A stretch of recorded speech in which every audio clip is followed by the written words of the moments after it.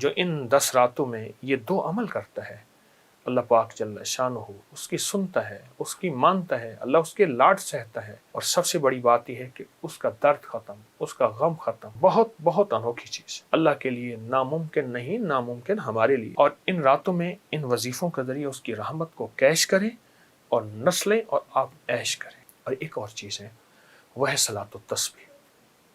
صلاۃ التسبیح کا کوئی تعین نہیں کہ اس کو کس وقت پڑھنا ہے، لیکن اگر 10 راتوں میں صلاۃ التسبیح کو پڑھ لیں، آپ روز پڑھ لیں، آپ 10 راتوں میں کوئی چوک جائے لیکن روزانہ پڑھیں اور گڑ گڑا کے پڑھیں صلاۃ التسبیح۔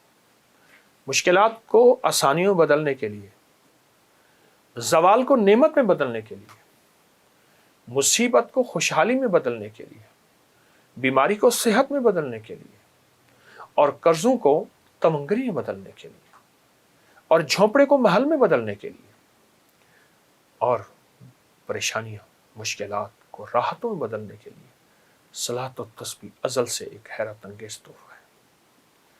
یا فتاح ہو اور صلاۃ التسبیح، آپ ان دونوں میں سے ایک چیز بھی پڑھ سکتے ہیں، بالفرض آپ دونوں نہیں کر سکتے، آپ کو ایک چیز کر لیجئے، آپ دونوں کر لیں، آپ کو سہولت ہے، نعمت ہے، سعادت ہے اور برکت ہے۔ بہرحال جس نے کیا ہے، میرا سالہ سال کا تجربہ ہے، اور یہ میرا نہیں، صدیوں سے یہ تجربہ بڑی بڑی ہستیوں کے چلے آ رہے ہیں، جو ان 10 راتوں میں یہ 2 عمل کرتا ہے، اللہ پاک جل شانہ اس کی سنتا ہے، اس کی مانتا ہے، اللہ اس کے لاڈ سہتا ہے، اللہ اس پہ رحمتیں بھیجتا ہے، اللہ اس پہ کرم اور عطا کی بخشش کی چادر پھیلاتا ہے، اور سب سے بڑی بات یہ ہے کہ اس کا درد ختم، اس کا غم ختم، اس کی مجبوریاں ختم، اس کی سولیاں ختم، اس کے سوال پورے ہوتے ہیں، اور اس کو نعمت، عظمت، عزت، برکت ملتی ہے۔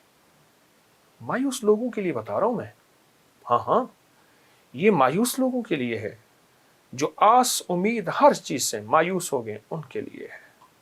یا فتاح ہو، ڈوب کے پڑھیے گا، تسبیح بھی ہاتھ میں ہو، پر تسبیح جس کے لیے کر رہے ہیں وہ دل میں ہو، دل کی کیفیتوں میں ہو۔ یا فتاح ہو، مولا تو کھول دے دروازے سارے۔ بندے کس چیز کے دروازے کھولوں؟ اللہ رزق کے، اللہ اولاد کے، اللہ صحت کے، اللہ تمنگری کے، اللہ رزق کے حلال طیب طاہر کے، اللہ عزت شان و شوکت کے، اللہ وقار کے، اور آخرت کی بہت بڑی بلندیوں کے، اور آخری وقت میں خاتمہ بالخیر کے، روح کی دنیا کے دروازے، من کی دنیا کے دروازے، روحانیت کے عروج اور کمال کے دروازے۔